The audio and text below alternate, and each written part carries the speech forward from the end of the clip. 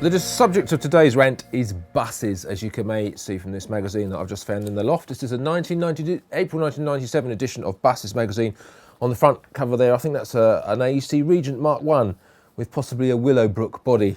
I'm not at all interested in buses, of course. I just happened to pick up these facts. Oh, there's an AEC Reliance. Look, I used to go to school on those. Exactly the same as that, only it was maroon. Still, on to the subject of the rant, buses. Many of you may have seen that Richard Dawkins and his friends have managed to spend quite a lot of money that's been raised by members of the public on putting posters on the side of buses in London which say, there's probably no God, so go off and hang yourself because there's no hope. I think that's what it says anyway, something like that. Or it might just say, just go and have a nice life. Which is fine in the West, of course, because most of us do have a nice life. And then I read yesterday about an organisation called the Christian Party. I didn't believe that Christians had parties, actually. As a Christian myself, I've never had one. Despising all forms of enjoyment and happiness, as I do. Much more into flagellation.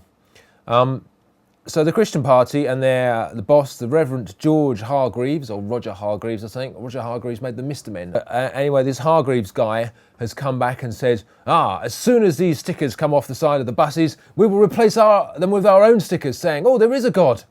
You really should go and have a miserable life, or something like that, or maybe you should have an even happier life.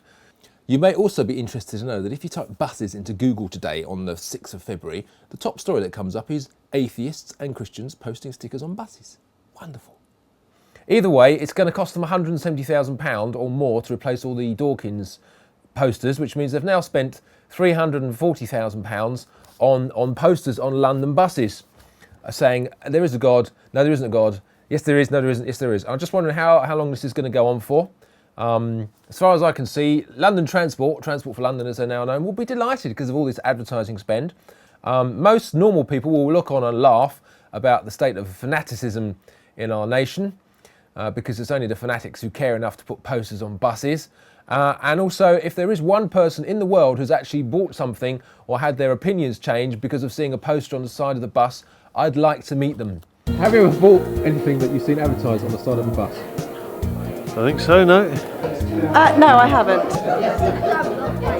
No. No. No, don't think so. Excuse me, have you ever bought anything or changed your entire philosophy on life due to something you read on the side of a bus? Yes, I have actually. Pleased to meet you.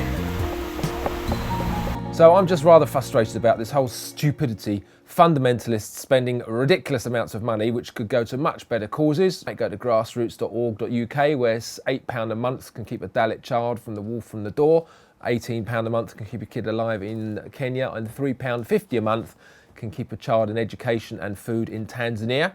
Or alternatively, you could spend £370,000 a month on sticking posters on buses which just make people think you're an idiot. So I think that's probably enough for today. I have to confess that on the back of this magazine there are some photographs of buses made by a company called the Regional Omnibus Company, and I do own some of these. So maybe I should sell them and give to the poor, so I not come across as a complete hypocrite. Anyway, buses. We love them, but we really shouldn't preach from them.